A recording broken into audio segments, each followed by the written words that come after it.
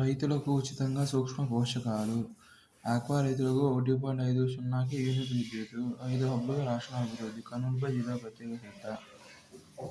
నవంబర్లో సత్యసాయి శత జయంతి వేడుకలు నిర్వహిద్దాం. కలెక్టరేట్ సదస్సు సీఎం చంద్రబాబు.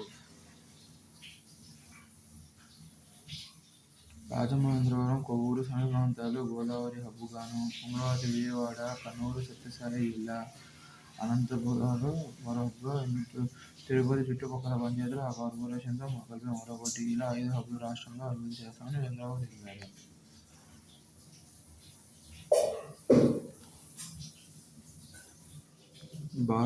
భారత్లో ఓటర్ల వ్యవస్థ బేష్, పేజీల్లోనూ బాగు, ట్రంప్ ప్రశంస. అమెరికా నిఘా సంస్థలతో ఉత్తర్వులపై సంతకం. భూగర్భంలో క్షిపణి నగరం, అమెరికా హెచ్చరికల నేపథ్యంలో వీడియో విడుదల చేసిన ఇరాన్. ఆన్లైన్ బెట్టింగ్పై రాష్ట్రాలు చట్టాలు చేయొచ్చు, లోక్సభలో సస్పెండ్ చేసిన కేంద్రం. జస్టిస్ యశ్వంత్ రావు అత్యవసర విచారణకు సుప్రీంకోర్టు. 175 నియోజకవర్గాల్లోనూ జాబ్ మేళాలు వచ్చే కలెక్టర్ సదస్సులుగా నిర్వహించాలి. కోవూరు చక్కెర కర్మాగారం బకాయిలు మాఫీ, ఆ భూమి స్వాధీనం చేసుకుని పరిశ్రమలకు కేటాయింపు.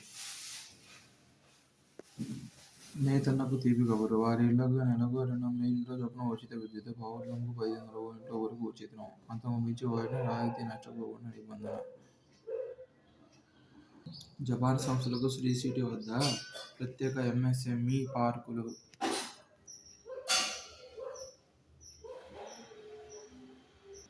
రాంబిల్లి మత్స్యకారుల సమస్య పరిష్కరించేపై జిల్లా అధికారుల సమస్యలు పరిష్కరించండి. రాంబిల్లి మండలంలో మత్స్యకారుల సమస్య. అనకాపల్లి జిల్లా రాంబిల్లి మండలంలో మత్స్యకారుల సమస్య ఇప్పటికీ పరిష్కారం కాకపోవడంపై ఆయన అసంతృప్తి వ్యక్తం చేశారు.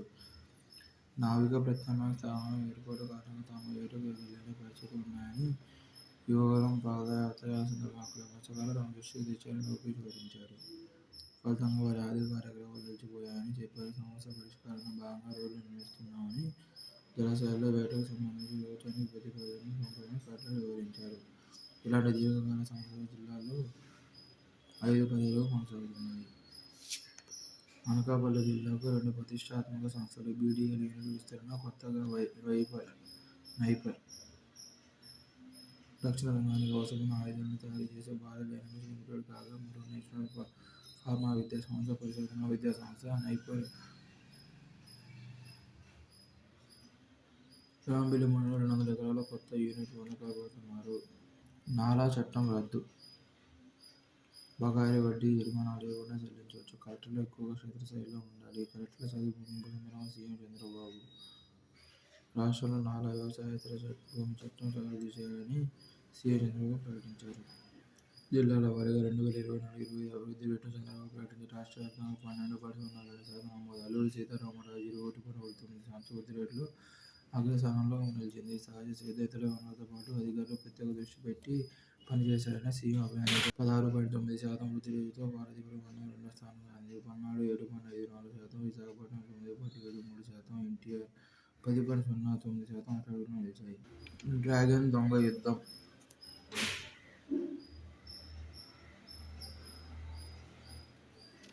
భారత్పై ప్రస్తుతం చైనా, పాకిస్తాన్ సాగిస్తున్నది ఇదే గ్రే జోన్ యుద్ధం. నిర్దిష్ట ప్రదేశంలో కానీ, ఫలానా సమయంలో కానీ జరగదు. ఇది సుదీర్ఘకాలం అనేక దేశాల్లో నడుస్తుంటుంది. ప్రత్యేకంగా యుద్ధానికి దిగకుండా అంతర్జాతీయ పరస్పర సమీకరణలను తనకు అనువైన విధంగా మార్చుకోవడం, సమస్య ప్రయోజనాలను నేర్చుకోవడం ఈ యుద్ధ లక్ష్యం.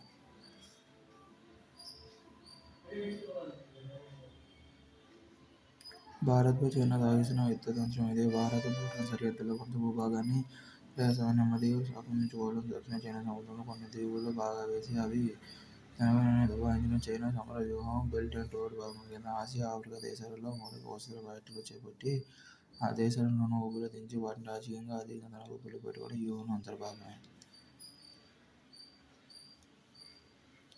భారత్లో విద్యుత్, రేవులు, ఆసుపత్రులు, రక్షణ సంస్థలను చైనా హ్యాక్ చేయడం షరామామూలైంది. హిందూ మహాసముద్రంలో చైనా చేపల పడవలు భారత్పై అమెరికా నౌకాదళ కదలికలపై అధునాతన పరికరాలతో నిఘా వేస్తుంటాయి. దక్షిణ చైనా సముద్రంలో ఫిలిప్పైన్స్ నౌకలు, బోట్లపై చైనా కోస్ట్ గార్డ్ నౌకలు నీటి ఫిరంగులతో దాడులు జరుపుతున్నాయి. చైనా ఫైటర్ విమానాలు తరచూ అమెరికా, ఆస్ట్రేలియా యుద్ధ విమానాల వైపు దురుసుగా దూసుకొస్తున్నాయి.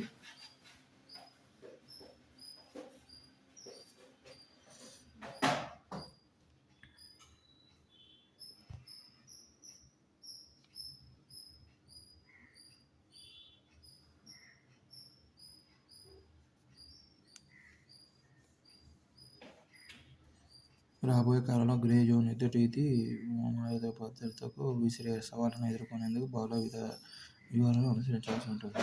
విశాఖలో త్వరలో Ratan Tata innovation hub, Anakapalli CCT, నెల్లూరులో పారిశ్రామిక కార్మికులకు ఇళ్ల నిర్మాణం. రాష్ట్ర అభివృద్ధికి పర్యాటకం గేమ్ చేంజర్. ఇందులో 20% మొదలు సాధించాలి. గోదావరి పుష్కరాలకు ప్రత్యేక అధికార నియామకం.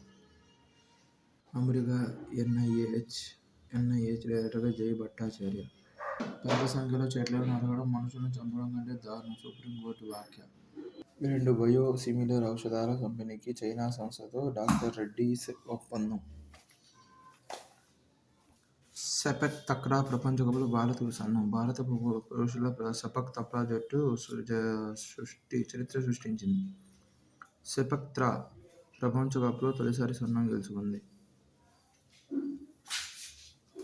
పాట్నాలో జరిగిన ఫైనల్లో భారత జట్టు 2-1తో జపాన్పై విజయం సాధించింది. విశాఖకు లులు షాపింగ్ మాల్ కోసం భూముల కేటాయింపుపై నిర్ణయం. వీఎంఆర్డీఏ నుంచి భూములు తిరిగి ఏపీఐఐసీకి బదిలీ. ఇప్పుడున్న 10+2 విధానం స్థానంలో 5+3+3+4 మోడల్ ప్రవేశపెట్టిన ఎన్ఈపీ 2020 తెచ్చిన కీలక సంస్కరణ. చిన్నారుల ఆరంభ విద్యకు ఇది ప్రాధాన్యం ఇచ్చింది. అలాగే ఉపాధికి ఉపకరించేలా 6వ తరగతి నుంచే వృత్తి విద్యను ప్రవేశపెట్టడం ముఖ్యమైన మార్పు. కనీసం 5వ తరగతి వరకు మాతృభాషలో బోధన ఉండాలన్నది మరో ముందాలోచన. బహుళ విద్యా విభాగాల ద్వారా ఉన్నత విద్య అభ్యసించే వీలు ఈ నూతన విధానం కల్పిస్తోంది. సియుఇటి వంటి కేంద్రీకృత ప్రవేశ పరీక్షలను ప్రవేశపెట్టే రాష్ట్రాలకు మింగుడు పడని అంశం. దీంతో రాష్ట్ర బడుల విద్యార్థులకు అన్యాయం జరుగుతుంది. నిధుల సమస్య. ఎన్ఈపీ 2020 లోటుపాట్లలో అగ్రభాగాన్ని అందిస్తుంది. జీడీపీలో 6% విద్య మీద పెట్టుబడి పెడతామన్న ప్రభుత్వ వాగ్దానం శుష్కంగానే మిగిలిపోతుంది. ఇప్పటికీ ఇది 4-4.5% మించడం లేదు. కొరియాలో కారు చిచ్చు, 24 మంది మృతి, 12 మంది విషయం. విప్రోకు ఫీనిక్స్ గ్రూప్ భారీ కాంట్రాక్ట్. డీల్ విలువ 5,524 కోట్లు. ఈ దేశాన్ని విడిచి వెళ్ళిపోతాం. 2,3 లక్షల ఆల్ఫా హెచ్ఎన్ఐలు